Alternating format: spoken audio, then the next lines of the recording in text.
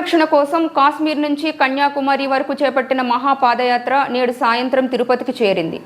భారతదేశానికి వ్యవసాయం వెన్నెముక అయితే వ్యవసాయం చేసే రైతుకు గోవు వెన్నెముక అని, గో సంరక్షణతోనే మానవ మనుగడ సాధ్యమని భావించి అఖిల భారత గోసేన ఫౌండేషన్ ఆధ్వర్యంలో గత ఏడాది సెప్టెంబర్ 27వ తేదీన కాశ్మీర్ నుంచి ప్రారంభించిన గోరక్ష మహాపాదయాత్ర 124 రోజుల 3512 కిలోమీటర్లు ప్రయాణించి తిరుపతికి చేరింది అని తెలిపారు.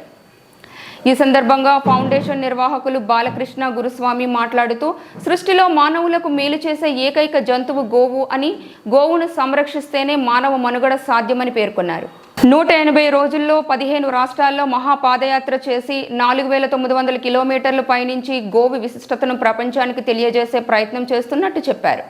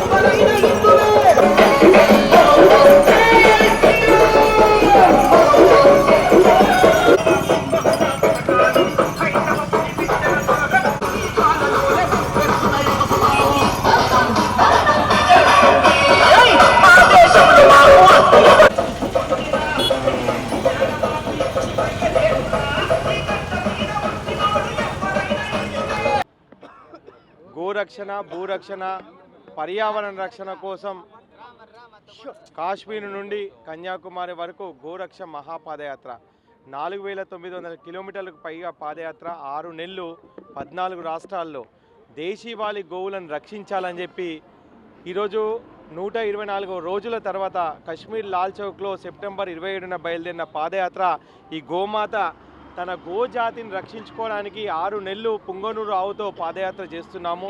124 రోజుల తర్వాత ఇక్కడికి తిరుపతికి రావడం జరిగింది. ఈరోజు 3512 కిలోమీటర్లకు పైగా పాదయాత్ర చేస్తూ ఈరోజు సాక్షాత్ ఆ వెంకటేశ్వర స్వామికి ఈ గోమాత తన గో సంతతిని కాపాడమని చెప్పి మొరపెట్టడానికి ఇక్కడ కలియుగ వెంకటేశ్వర స్వామి దగ్గరికి వచ్చింది. మీ అందరికీ ఒక విజ్ఞప్తి, ఈరోజు ఈ భూమి పూర్తిగా, ఈ పాదయాత్ర ఉద్దేశం ఒకటే, ఈ భూమి పూర్తిగా రసాయనకాలతో నిండిపోయి ఉంది. ఈ భూమిపై రామాయణ మహాభారత కాలం నుంచి కూడా మనము పంటలు పండిస్తున్నాం.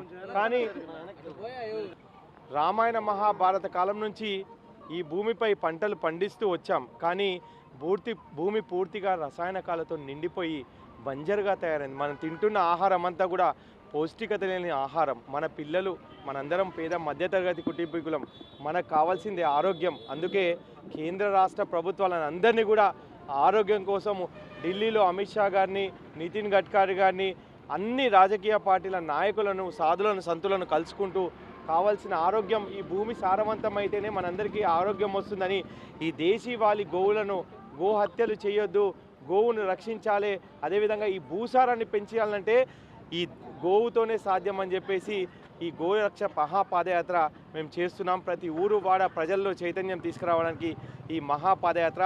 ఈరోజు జపాన్ లాంటి దేశాల్లో ఆవు పేడతోని మిథేన్ అనే లిక్విడ్ తయారు చేసి రాకెట్ లాంచ్ చేయడం జరిగింది. అమెరికా లాంటి దేశాల్లో కౌ కడ్లింగ్ పేరుతోని దేశీవాళీ ఆవులను ఒక 10 నిమిషాలు పట్టుకున్నట్టయితే మానసిక రుగ్మతలన్నీ వెళ్ళిపోతాయి. ఈరోజు ఆవు మూత్రంతో క్యాన్సర్ లాంటి మహమ్మారి పోతుంది. ప్రపంచంలో మానవునికి మేలు చేస్తున్న ఏకైక ప్రాణి ఈ గోవు. ఈ గోవు ఏ కులానికి చెందింది కాదు, ఏ మతానికి చెందింది కాదు, ఏ పార్టీకి చెందింది కాదు, ఇది విశ్వానికి సంబంధించింది. ఈ ప్రకృతి బాగుండాలంటే, ఈ భూమి బాగుండాలంటే ఈ దేశీవాళీ గోవుల రక్షణ ఖచ్చితంగా మనందరి బాధ్యత. ఈరోజు దాదాపు ప్రపంచంలో 40 దేశాలు మన దేశీవాళీ గోవులను వాళ్ళ దేశాలకు తీసుకెళ్ళి అక్కడ బ్రీడింగ్ చేసి, ముస్లిం దేశాలైన ఇజ్రాయెల్, బ్రెజిల్ లాంటి దేశాల్లో కూడా మన దేశీవాళీ గోవుల సంతతి వాళ్ళు పెంచి అభివృద్ధి చేస్తున్నారు.